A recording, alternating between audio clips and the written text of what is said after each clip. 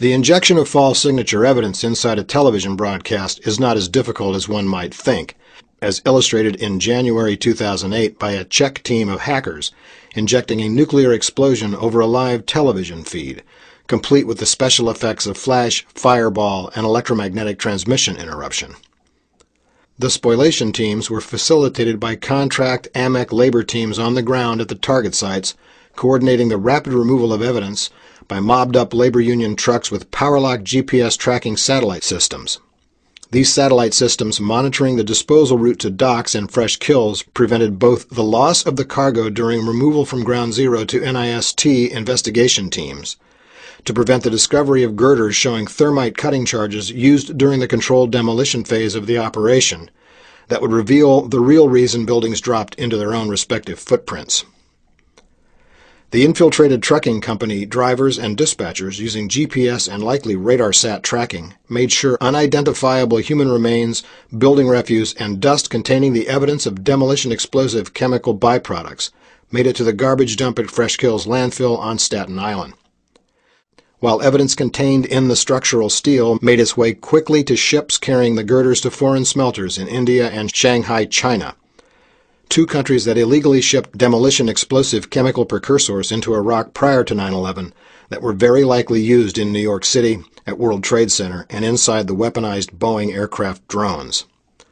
The spin and spoliation task employed top officials in media, industry, and government who were entrapped and extorted in abusive son-of-boss tax shelters, originally structured to launder UN oil-for-food kickbacks by a KPMG cooperative based in Zug,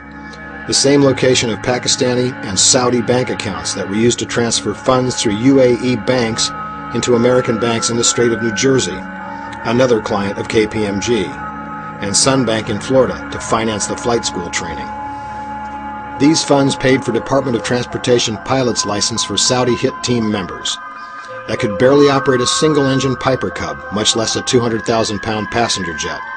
and provided the living expenses of the hired al-Qaeda Saudi hijacking teams, and later the zigzag tactics to blame them using this paper trail. Sadly, the Department of Transportation is also a client of KPMG. The operation was coordinated by infiltration and remote command of the C4ISR, Command, Control, Communications, Computers, Intelligence, Surveillance, and Reconnaissance Network, requiring encryption codes to break in, with command transferred to the suspected virtual war rooms associated with the Center for Coordination Science at MIT, the home of alumni John Deutsch, another Clinton pardonee. Clients of KPMG in Chicago and New York, such as Boeing, or agencies such as the U.S. Department of State, State of Illinois, Department of Justice, or Transportation, which handed custody of their C4ISR systems to KPMG agents prior to the start of war games at 3 p.m. on Monday, kept their assets intact and managers alive. On the other hand, companies and agencies that failed or refused to hand over their C4ISR system to KPMG agents prior to 3 p.m. on Monday were attacked and their top officials killed, leading to massive payouts of premeditated fraudulent insurance and reinsurance contracts laundered back into the tax shelters as blood and hush money to silence survivors. Two examples of this kind of extortion hush money is seen in 2005, when a Senate subcommittee offered new details of how the accounting firm KPMG developed and mass-marketed questionable tax shelters from the late 1990s to late 2003. The Los Angeles Department of Fire and Police Pensions, a $10 billion pension fund, and the Austin Firefighters Relief and Retirement Fund in Texas, a $400 million fund, participated in more than half of KPMG's 58 deals for SC2 from 1999 to 2000 in exchange for, quote, substantial payments in the future, unquote. The two entities did not know that SC2 was illegal, the report said, and the two groups did not return calls seeking comment. Because of the extortion of so many companies and their equity positions, KPMG could just have easily performed their criminal activity in another location of their choosing.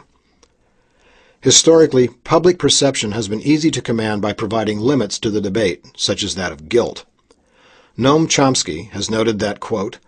the smart way to keep people passive and obedient is to strictly limit the spectrum of acceptable opinion, but allow very lively debate within that spectrum. even encourage the more critical and dissident views. That gives people the sense that there's free thinking going on, while all the time the presuppositions of the system are being reinforced by the limits put on the range of the debate.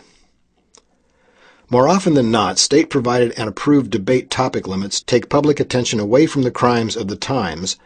like Amex sabotage levee failures during Hurricane Katrina to trigger catastrophe bonds, for instance, only to have the crime uncovered later in a more controlled manner. But how could a cooperative of companies perform such an open, aggressive, and all-encompassing policy of corruption? A modern spin on an old mob tool: loan shark racketeering. The mobsters of old sent their children to Harvard, Yale, and Princeton to become algorithmic hedge fund traders or arbitrage lawyers, and found a new twist on a centuries-old loan instrument, performance bonds. KPMG marketed